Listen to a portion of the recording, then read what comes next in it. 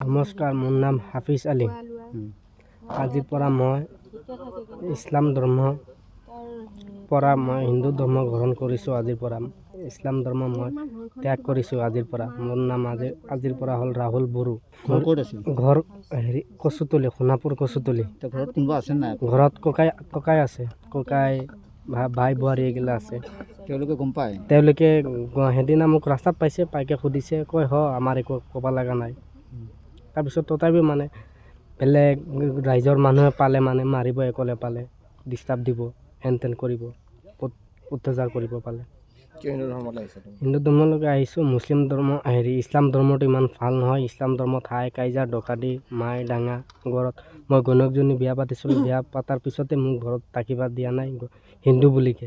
মই বাহিৰা জেগাত ভাড়া ৰৈছোঁ, বহুত কষ্ট কৰি ধৈৰ্য হৈছোঁ। তাৰপিছত আমাৰ তাতে কচুতলিত যেতিয়া উচ্ছেদ অভিযান চলিছে, উচ্ছেদ অভিযান চলাৰ সময়ত মোক ঘৰৰ মানুহে মাটিকে লৈ গৈছে। মাটিকে লৈ যোৱাৰ পিছতে মই থাকিলোঁ। তাৰপিছত তাতে আমাৰ কালী মন্দিৰ এখন আছে, কালী মন্দিৰৰ দাদাহঁতে পূজা পাতিছে, তাতে মই আহিলোঁ চাব। তাৰপিছত দাদাহঁতে ক'লোঁ এনেকুৱা কথা, মই হিন্দু ধৰ্ম ল'ম। তাৰপিছত দাদাহঁতে ক'লে যে আমি কৰি দিম, 1 মাহ ধৈৰ্য ধৰা, আমি চব কৰি দিম, ব্যৱস্থা কৰি দিম, তুমি ইমান টেনশ্যন কৰিব নালাগে।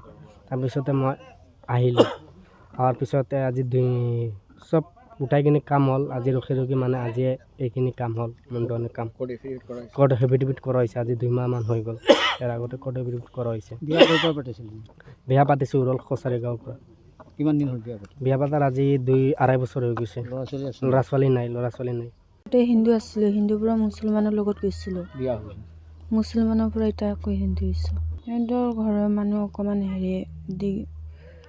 অকণমান দিগদাৰি কৰি আছিলে কাৰণে আমি নিজে সুচিমতে দি হিন্দু হৈছোঁ। আৰু বজৰং দল ডিমুৰা প্ৰখণ্ডৰ উদ্যোগত আজি যি আমাৰ ধৰ্মান্তৰকৰণ প্ৰক্ৰিয়া চলি আছে, অতি সৌভাগ্যৰ কথা।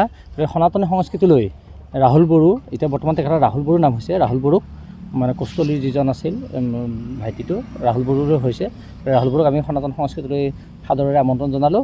আৰু অনাগত দিনত আমাৰ ডিমুৰাবাসী ৰাইজৰ লগতে বিশ্বনী পৰিষদ বজৰং দল ৰাষ্ট্ৰীয় স্বয়ংসেৱক সংঘৰ কৰ্মকৰ্তা কাৰ্যকৰ্তাসকল আপদে বিপদে তেওঁলোকে সদায় থাকিব। আৰু এটা কথা কৈছোঁ, গুৰুত্বপূৰ্ণ কথা, যে ইয়াৰ পিছত যাতে তেখেতক কোনো ভয় ভাবুকি নিদিয়ে বা কোনো ধৰণৰ যাতে অন্যায় অত্যাচাৰ নকৰে। আৰু সেনেধৰণৰ কৰিলে কিন্তু আমি আৰক্ষী প্ৰশাসনক অলৰেডি কৈ থৈছোঁ, ওপৰৰ মহলতো কৈ থৈছোঁ, তেনেধৰণৰ ব্যৱস্থা লোৱা হ'ব।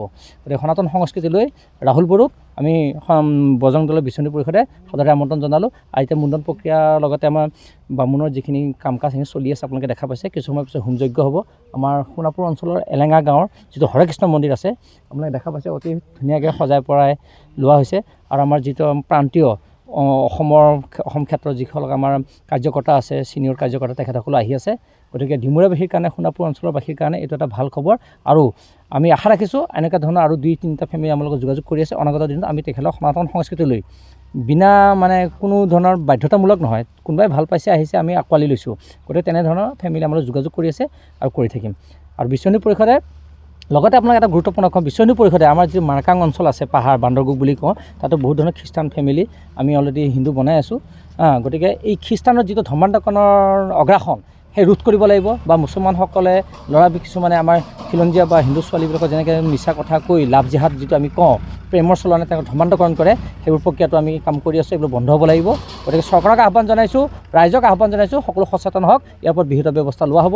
গতিকে আমাৰ ৰাহুল বড়ো ডাঙৰীয়াক আমি সাদৰেৰে আমন্ত্ৰণ জনাইছোঁ। তেওঁলোকৰ ঘৰ উচ্ছেদ হৈছিল নেকি?